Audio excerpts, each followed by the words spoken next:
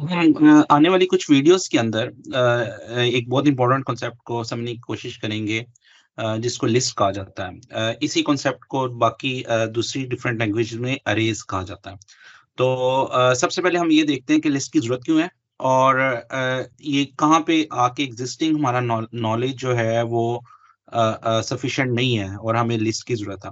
तो एक एग्जांपल करने से पहले एक चीज रिवाइज कर लेते हैं हम कि जो सिंपल वेरिएबल्स होते हैं उनको हम स्केलर वेरिएबल बोलते हैं और स्केलर वेरिएबल एक वक्त में एक ही वैल्यू अपने अंदर कंटेन कर सकते हैं। जिस तरह नंबर एक वेरिएबल है, इसके अंदर 15 वैल्यू स्टोर्ड है। तो अगर मैं नंबर में दोबारा नीचे आके कहीं पे नंबर इज इक्वल टू, अगर मैं ये लिखने की कोशिश करूं कि ये 17 है, तो 15 की वैल्यू ओवरराइड हो जाएगी।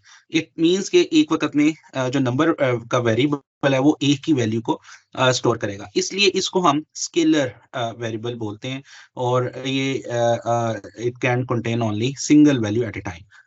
अच्छा जी, अब लेट्स से प्रॉब्लम इस तरह है कि हमें जो है मिड टर्म्स के मार्क्स को हमें स्टोर करना है और उसके 150 स्टूडेंट्स के मार्क्स को हमने स्टोर करना है। तो इन 150 स्टूडेंट्स के मार्क्स के लिए अभी हम एग्जिस्टिंग जो हमारे पास अवेलेबल मैकेनिज्म है, वो उसके तहत हम किस तरह इसको स्टोर कर सकते हैं।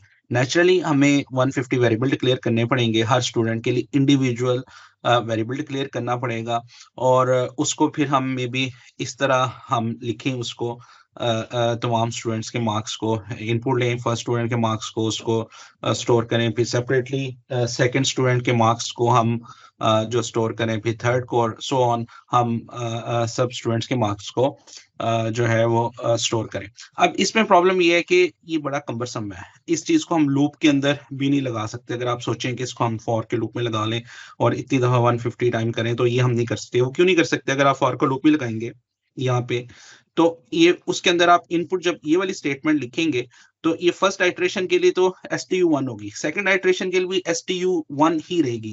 यानी कि यूजर दूसरी दफा इनपुट तो करेगा लेकिन वो STU1 में जाएगा, तीसरी दफा करेगा वो भी STU1 में जाएगा, चौथी दफा करेगा वो भी STU1 में जाएगा, क्योंकि ये जो वेरिएबल का नाम है ये डायनामिकली हर आइट्रेशन में चेंज नहीं हो रहा।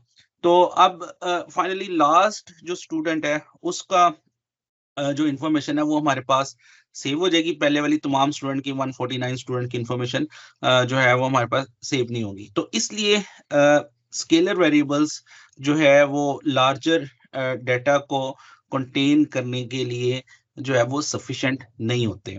तो हमारी जो प्रॉब्लम है कि हम ये चाहते हैं कि हम 150 स्टूडेंट्स के मार्क्स को स्टोर करें और लेकिन ये सिंगल वेरिएबल में पॉसिबल नहीं है, और एक 150 स्टूडेंट्स वेरिएबल डिक्लेयर करना स्टूडेंट्स के लिए that is also not feasible, same feasible, कि वो इतना और बाद में इसको प्रोसेसिंग करना और बाद में अगर हमने ये ढूंढना है कि सबसे हाईएस्ट मार्क किसके हैं, तो वो बहुत मुश्किल है कि हम स्केलर वेरिएबल से ये सोल्यूशन कर सकते हो। और मे बी फ्यूचर में भी प्रॉब्लम अगर वन चले हम कहते हैं 150 के लिए हम कर लेते हैं, तो 150 से अगर प्रॉब्लम 1000 पे चली जाती है या 10,000 पे चली जाती है, that is very much possible. जिस तरह रियल टाइम आप देखते हैं फेसबुक है या आपकी डिफरेंट वेबसाइट्स हैं, उनके ऊपर तो मिलियंस ऑफ यूजर्स हैं, तो इतने वेरिएबल तो हम अगर डिक्लेयर करें तो उनके को मैनेज कैसे करेंगे, उसको कोड कैसे करेंगे, उसको में से कुछ चीजें सर्च कैसे करेंगे।